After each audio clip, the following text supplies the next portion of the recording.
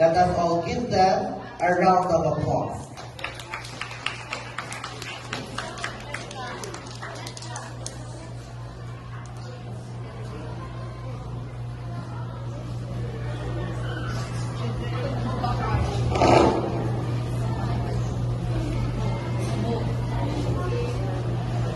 Panahon ng Hapon. Ang panahon ng Hapon sa Pilipinas ay tumutukoy sa panahon ng pananakop ng Imperyong Hapon sa bansa mula 1942 hanggang 1945 noong ikalawang digmaang pandaigdig.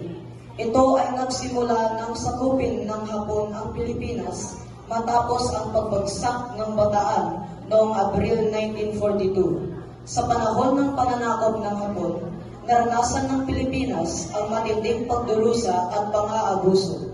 Maraming Pilipino ang pinatay, dinukot at pinitay ng mga Hapones. Gayunpaman, sa kabila ng mga pagdurusa, nagkaroon din ng ilang mga positibong aspekto sa panahon ng pananakop ng Hapon. Ilan sa mga ito ang pagtutok ng mga Hapones sa modernisasyon ng infrastruktura, tulad ng pagpapagawa ng mga kalsada at infrastruktura sa transportasyon. Sa kabuuan, ang panahon ng pananakop ng Hapon ay nag-iwan ng malalim na bakas sa kasaysayan ng Pilipinas na nagturo ng mahahalagang aral tungkol sa pagtitiis, pagtutulungan at pagkakaisa sa panahon ng krisis. Mga Ginoo at Pilipini, ang panahon ng Hapon